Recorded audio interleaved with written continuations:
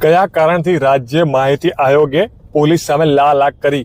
નમસ્કાર મિત્રો, હું નીતિન ગાંધી એડવોકેટ. આપને આજે વાત કરી સીસીટીવી ફૂટેજ જે પોલીસ સ્ટેશનમાં ફરજિયાતપણે રાખવા હોય એના માટેની. કારણ કે આરટીઆઈમાં એક અરજદારે પોલીસ સ્ટેશનનું સીસીટીવી માંગેલું જે પોલીસે આપેલ નહીં, જે પછી રાજ્ય માહિતી આયોગમાં તે વ્યક્તિએ અપીલ ફાઇલ કરેલી.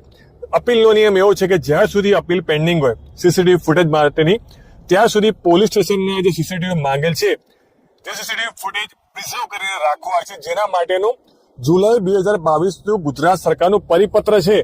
આ પરિપત્રને નેવે મૂકીને પોલીસે આ ફૂટેજ સાચવે નતું રાખ્યું અને એવું બહાનું કાઢેલું કે ફૂટેજ પ્રાપ્ત થતું નથી. તો આ મુદ્દાઓ પર રાજ્ય માહિતી આયોગે પોલીસ સામે લાલાક કરી છે કે તમે માહિતી આયોગ તરફથી નોટિફિકેશન બહાર પાડેલું કે આરટીઆઈ સંબંધે જે અરજી થાય સીસીટીવી ફૂટેજની તો સાચવીને રાખ્યું, તો કયા કારણથી તમે આ ફૂટેજ સાચવીને રાખેલ નથી? તો બાદ પોલીસ લેતા હતા કે અમે આ માહિતી આપી ન શકીએ. તો હવે રાજ્ય માહિતી આયોગે સીસીટીવી અંગે આ બહુ મોટો જ માર્ગદર્શિકા બહાર પાડી છે.